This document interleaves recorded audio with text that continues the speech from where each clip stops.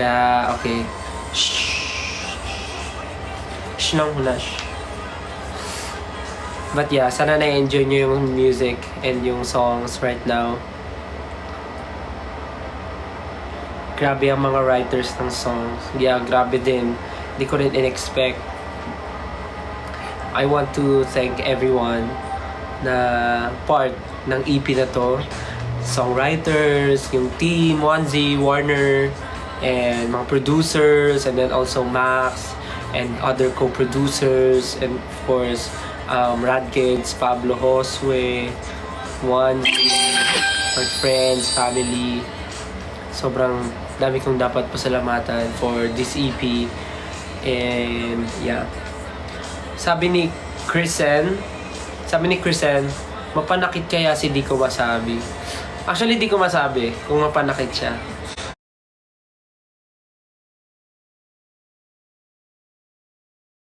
Malalaman natin mamaya kung mapanakit talaga si Di Ko Masabi. Let's see mamaya.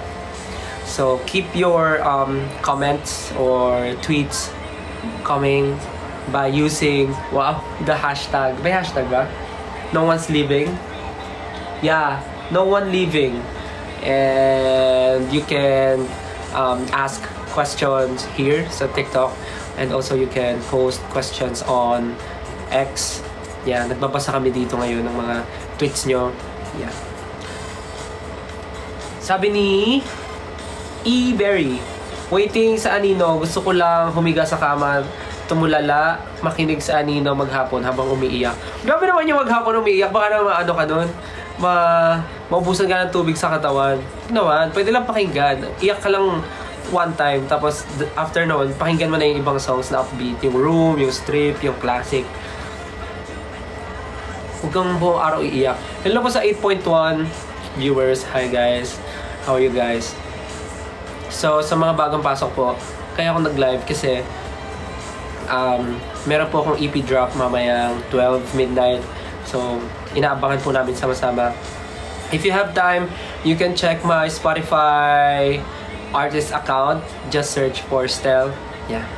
Makita niyo po yung aking Spotify account. And yung countdown for the EP, Room EP drop. So, pwede natin antayin sabay-sabay. And so far, for now, isang song pa lang yung nandun, which is Room. But mamaya madadagdagan na siya ng ibang kasama. Because I will be releasing the EP and madadagdagan siya ng 4 new songs. So, yeah. Abangan niyo po yan. Hello sa 8.9 viewers natin. Pasok lang po kayo kung di kayo bored. And type nyo lang po anong item po yung gusto nyo ipa-flex dyan. Meron po tayong small to large na item dito. And kung gusto nyo po ipa-fit, ipa-fit po natin. Okay. So, pag-usapan muna natin kung paano yung naging process ng EP release. Paano yung pagbuo ng mga songs and yung recording. Actually, naging challenging sa akin yung pag-record ng mga songs kasi sobrang daming ginagawa that time and sunod-sunod talaga yung schedule namin. Tapos parang ano pa yun bukod doon, meron kami mga out of town na mga guestings and performances, so hindi namin alam saan masisingit yung recording. And as far as I can remember, parang nag-start kami ng recording pagkabalik ko from US. Tama, di ba? Yan. Pagkabalik ko ng US from tour with Kuya Eric, doon kami nag-start na tawag dito, mag-record ng mga songs for the EP. So, medyo challenging yun for me kasi unang-una, akala ko magkakaroon ako ng jet lag, but buti na lang walang jet lag at all. So, nagtuloy-tuloy yung recording ko. As in, everyday meron akong recording, and ilang beses ako pabalik-balik ng recording studio sa 1Z recording studio sa Radkids, and of course with Warner naman kasi talagang iba't ibang producers and iba't ibang tao yung naka-work ko, so talagang iba-iba. So yung naging process noon is medyo challenging, not only for me but also for the team kasi maraming kasabay na schedule, and of course hindi lang naman ako yung artist ng 1Z, so yung mga tao and yung team is nahahati din, kaya medyo challenging siya for everyone. But nagawa naman ng paraan and naging smooth naman lahat. And yun. Sabi naman ni Grace, sa anong EP ka pinaka nahirapan kantahin? Ooh, nice question. Pinaka nahirapan ako kantahin yung Di Ko Masabi. Kasi sobrang challenging kasi nung song. And parang pag napakinggan nyo yung song mamaya, sabihin nyo kung ako lang ba or yung song talaga ay nakakahingal. Dahil wala talagang part kung saan ako pwedeng huminga habang kinakanta ko yung song. Sobrang grabe ka, Mr. C. Grabe, Mr. C. Pero I love the song. I really love it. I like the song. Sobrang excited ako ma-perform siya. And sana pag napakinggan nyo, magustuhan nyo din. And ayun. Sana makita ko rin yung mga entries nyo na kinakanta nyo yung song. Okay. So, sige mamaya. So, ano pang question nyo? Sobrang excited ako sa EP na to. Mamaya meron din ako sasabihin something about Di Ko Masabi. Kasi ngayon di ko siya masabi eh. Kaya mamaya na lang. So, with Anino naman, alam ko napapansin ng iba, like yung pinerform ko sa pagtatag finale and yung pinerform ko sa concert namin ni Julie is different arrangement sa narinig nyo. Kasi yung sa finale, medyo higher key pa yun. Like, mataas yung key na ginawa namin. But with this one, yung arrangement namin for this EP, binaba namin yung key. Kasi bukod sa mataas na nga siyang kantahin, nagre-request din yung mga tao na babaan ko daw para makover nila. So naisip ko na baka nga maganda nga kung ibaba siya para mas ma-deliver ko rin siya ng maayos and mas may emotions. Kaya naisip namin ni Pablo na ibaba yung key para magkaroon siya ng ibang feeling, magkaroon ng ibang pakiramdam, and magkaroon ng ibang story yung song. So yun. Kaya nakita ko yung mga tweets nyo na parang bumaba yung key ni Anino. Totoo po yun. Binaba namin yung key. So yun. Sample lang sound ni Mr. C. Huwag na. Kasi malalaman nyo agad eh. Dapat mamaya na lang. Okay. May question si Mia_18. Memorable or funny story nung nag-record ka? Alam mo yung pinaka-challenge sa akin during recording nung buong EP, nagkakasakit ako. Like, nagre-record ako na parang nagsa-start mamuo yung sipon, parang gano'n. So, parang pagka nagre-record ako, nagkakasipon ako, di ko alam bakit, kahit wala na yung aircon dun sa recording. So, may isang time na na-cancel yung recording namin ni Pablo kasi talagang tunog muffled na yung boses ko kasi parang sinisipon na ako. So, hindi muna namin tinuloy. Rest muna ako for a day. Then, bumalik ako nung okay na. Tinapos namin. Same with Di Ko Masabi nung nire-record namin yun with Mr. C. Talagang ganun kinakabahan ako na baka same problem yung sa sipon like that. Pero okay naman. Nagawa naman ng paraan. So, lumabot naman. Sabi ni Lee_GRC, susi ng room.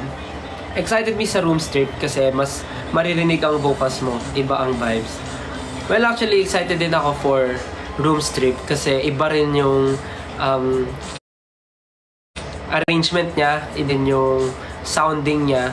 It's totally different from the OG room kasi nga strip nga siya. Like, pag sinabi kasing strip, like, yung original instruments niya from the OG, mawawala, isi-strip down talaga, tatanggalin para lang mas marinig yung vocals and yung music, yung lyrics talaga yung papakinggan. So, maganda siya. Excited din ako doon. Sabi rin ni Rabbit ni Stel16, request ka ng una kong mag-request ako sa'yo kung anong gusto mong unang pakinggan. Sa EP. Ano ba magandang unang pakinggan sa EP? Lahat kasi maganda pakinggan eh. Sundin mo yung kung paano siya naka-arrange. dun sa EP yung 5 songs, pakinggan mo siya ng sunod-sunod. Kasi, I guess, kaya ganun din yung arrangement niya kasi, ano siya, may message. Hindi, tama ba? Ano siya, tawag doon? Mas, yung feelings mo, hindi siya yung malungkot, masaya, malungkot. Parang ano basta, makinig ka sa akin, maniwala ka sa akin, trust me. Sundin mo yung arrangement ng songs doon sa EP para mag-gets mo yung sinasabi ko. Okay? I know you guys are excited. Ako din naman. So, inaantay natin yung 12.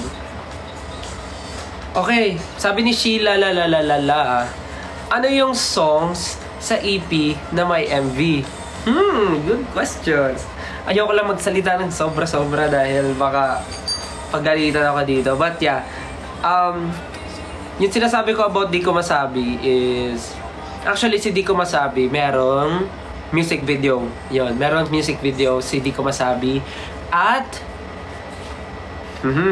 syempre excited kayo malaman kung kailan ipopost yung MV. Pero sabihin ko muna, well, with Di Ko Masabi, super excited ako kasi parang, nagkaroon kami ng idea na gumawa ng music video kasi nga maganda yung song. Well, lahat naman maganda. And so for now, sasabihin ko, si Di Ko Masabi lang muna yung may music video. Kasi for now, quote unquote, for now, si Di Ko Masabi lang muna yung may music video. Kasi super excited kami sa music video na nagawa namin for Di Ko Masabi. And I'm sure excited din kayo for Di Ko Masabi. Bukod sa mapakinggan siya, excited din kayo dun sa story na nagawa namin for the music video. So, tama po yung narinig nyo, Di Ko Masabi ay may music video at ipopost po namin ito sa August 17, 7pm. August 17, 7pm, i-release po namin yung Di Ko Masabi music video. So yeah, super exciting. And yeah, yung music video na yun, kasi di ba nakita niyo yung concept photos yesterday nung nasa playground. Actually yun na yung sinut namin yung music video. And excited lang ako kasi maganda yung story, maganda yung basta, saya. Nung shoot namin, sobrang smooth lang. Sobrang ganda. Sobrang saya. Hindi kami nag-expect ng anything dun sa music video. Pero, nung nakita namin yung mga shots, nung nakita namin kung paano namin na-execute, grabe. Super exciting. Ang saya. So, sana ma-excite kayo. Mukhang friend zone. Let's see. Tingnan natin kung friend zone ba talaga ang mangyayari sa music video ni Di Ko Masabi, but Di Ko Masabi. So yeah, sana abangan nyo po sa August 17 yung music video ng Di Ko Masabi. Ano pang mga questions nyo?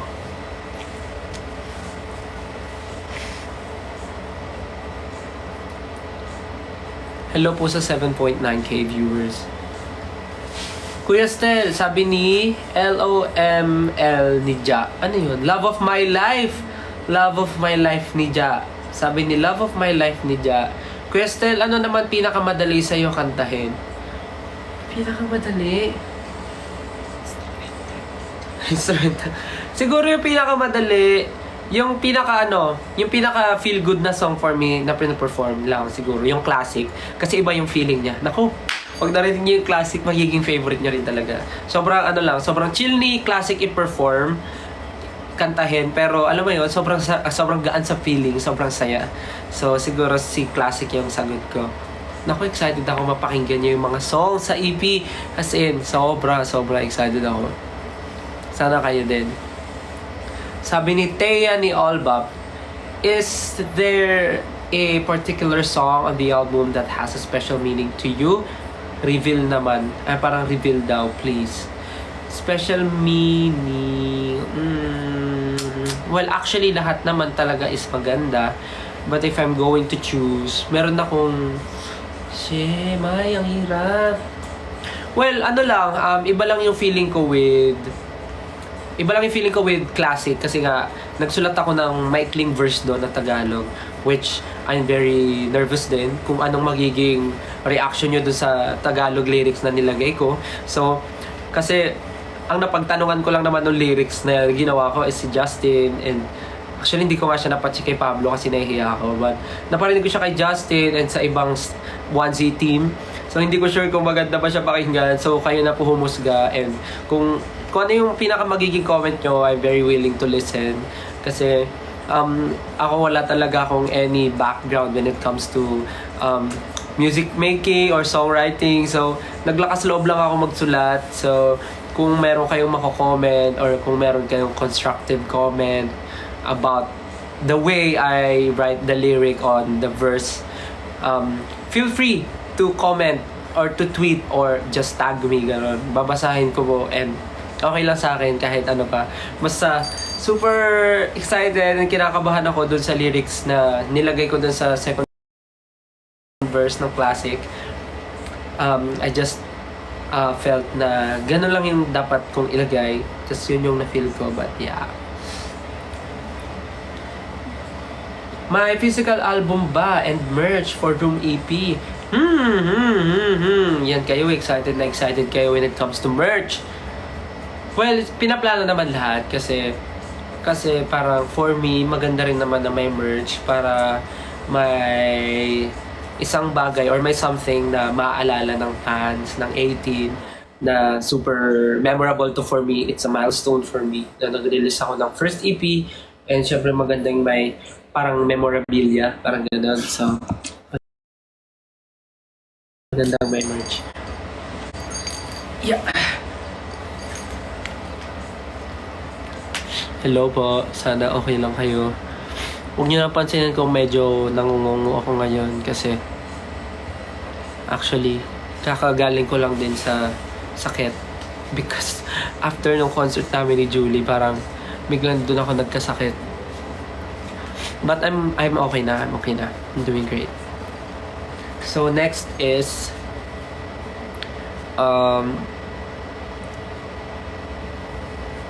yun na pala yun. Nasabi ko na pala lahat. Oh yeah, magkakaroon din pala ako na, of course, sa pag-release ng EP, magkakaroon din ako ng nationwide tour. So, pupunta po ako sa Davao, Cebu. Tama ba? Cagayan de Oro? Tama. Pupunta ako ng Davao, Cebu, Cagayan de Oro, and Taguig. So 4 shows yon.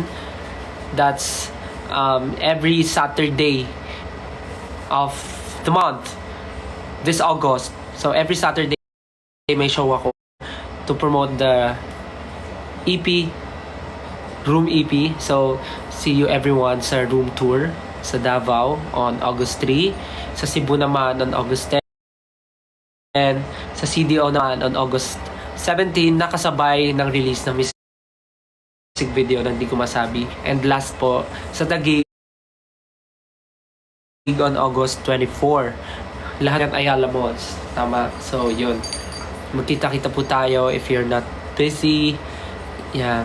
So, pupunta po ako doon to promote the EP, of course, to perform the songs and para makipag-bonding sa inyo, makipagkwentuhan. So, yun.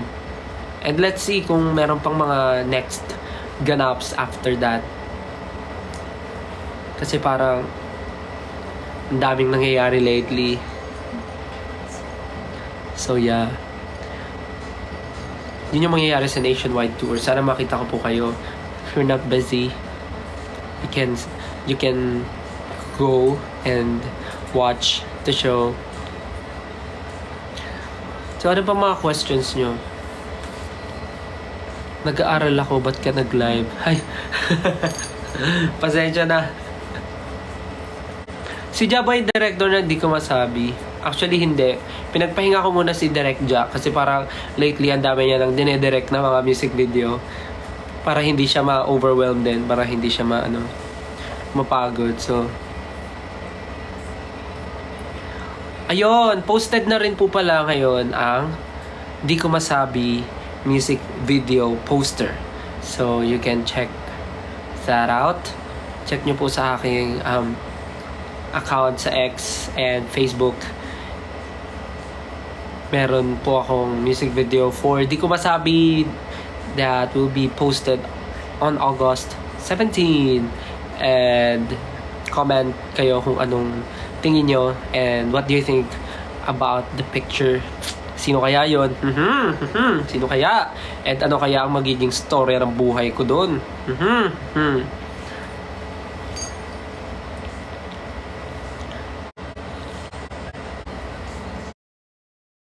Sabi ni Madam Stella, pinili ka ba sa Di Ka Masabi MV, Stel?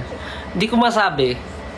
Kasi antayin natin yung August 17 kung anong nangyari sa kapalaran doon nung character.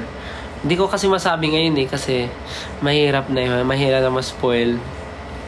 Basta abangan nyo ang music video kasi excited kaming lahat. But yeah, ayoko kayong pangunahan. Hello po sa 8.3 natin na viewers. Hi, how are you guys? Nami-miss nyo na ba ako magluto ng mga pagkain at gumawa ng tanghulo? Kasi medyo, ngayon iba na yung live natin, medyo seryoso, no? Dati pag nagla-live ako, puro kalokohan lang. Tapos ngayon, ang seryoso na nung topic, puro na, trabaho. Puro na, pagiging artist. Ang seryoso, no? Di kayo sanay, no? Sige, next time, pagka may time, pag medyo gumaling-galing na, naman tayo. Random live lang. Okay, another question from Philip.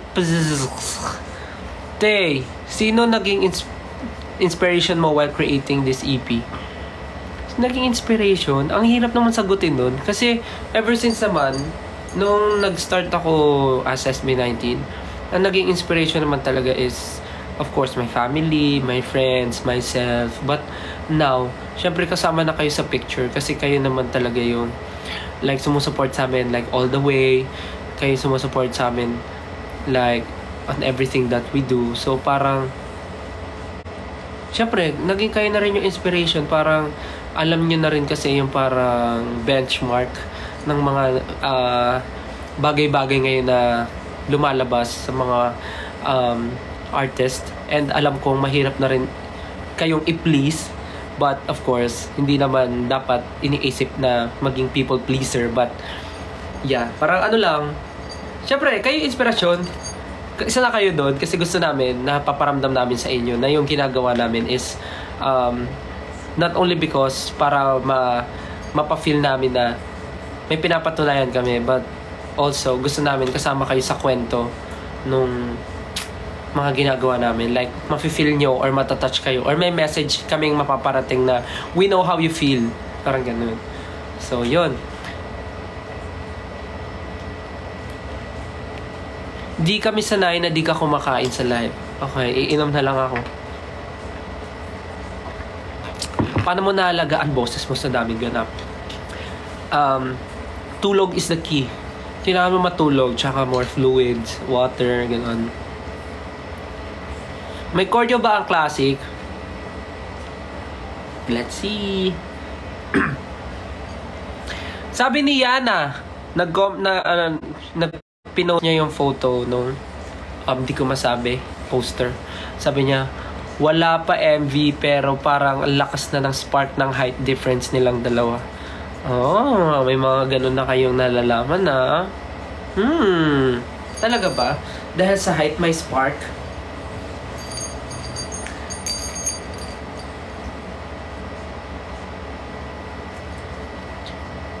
So, anong feeling nyo? Mag-comment ka kayo kung anong nafe-feel nyo dun sa music video. Anong hinala nyo? Anong hinala nyo sa music video?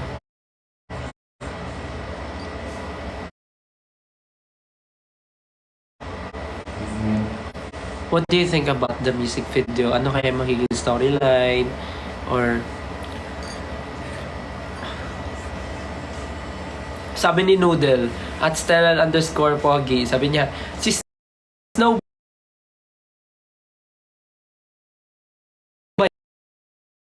yan, Kimi. Si Snow ng W3, hindi. Porkit kinuha ko si Ira, iisa-isahin ko na yung yung W3. Di ka nagtapat to save the friendship. Wow, grabe, lalim ha. Siguro ginawa mo na yun. Okay, sabi ni Caitlin Makawi. Caitlin Makawili. Makawili pala. Teka lang, may in love or iiyak ba kami? Actually, itutulog niya yung music video. Pag napanood niya yung music video, sabi niya, tulog na lang ako. Parang sana natulog na lang ako. Parang ganun. So, makabilang buhay si girl. Grabe naman! Grabe naman niya sa makabilang buhay. Feeling ko mananakit ka. Grabe.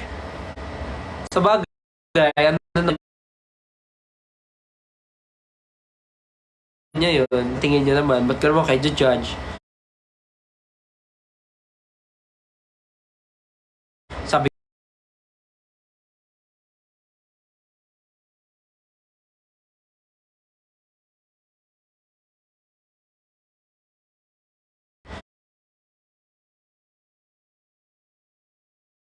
sabi ko nga anong tingin niyo eh?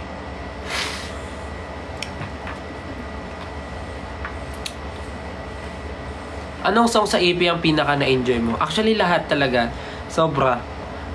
Habang nire-record ko yung mga song sa EP, sobrang nag-enjoy ako. Super excited ako for you guys to hear the songs. Ano pang mga nila? Comments or tweets nila about naging kayo pero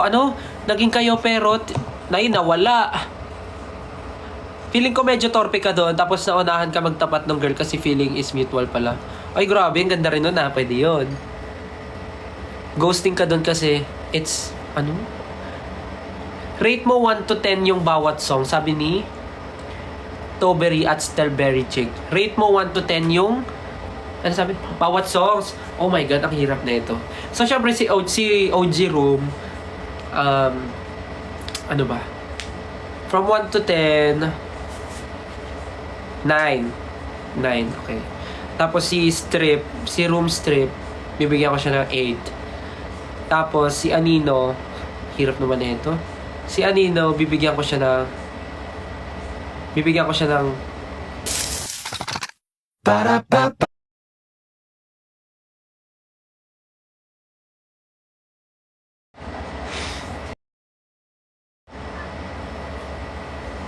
Actually, 10 lahat. Totoo ka dyan, 10 lahat. Mahilig lang talaga ako sa ballad songs. Kaya 10 yung mga ballad? Kaya 10 yung mga ballad songs. Feeling ko yung MV, di kayo magkakatuluyan kasi walang forever. Grabe ka naman, era at 18 era _ walang forever. Anong pinagdaanan mo before para masabi mo walang forever? Feeling ko, di ka umamin sa crush mo. Natakot ka.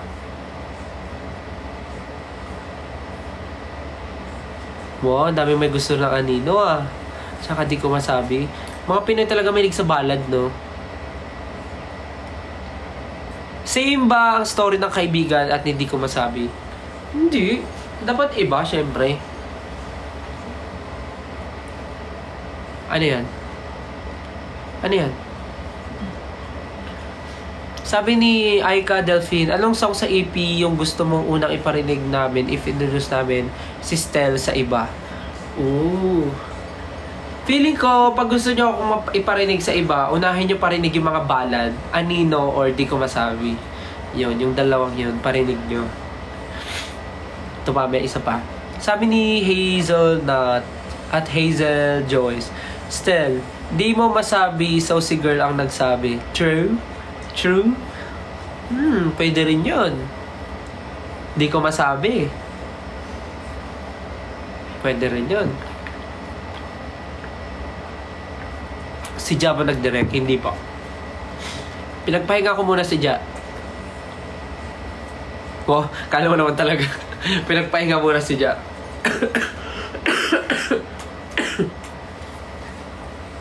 Feeling ko malaki age gap sa Di Ko Masabi. Grabe naman yun. Porket magkaiba lang yung height namin, magkaiba na rin yung age gap.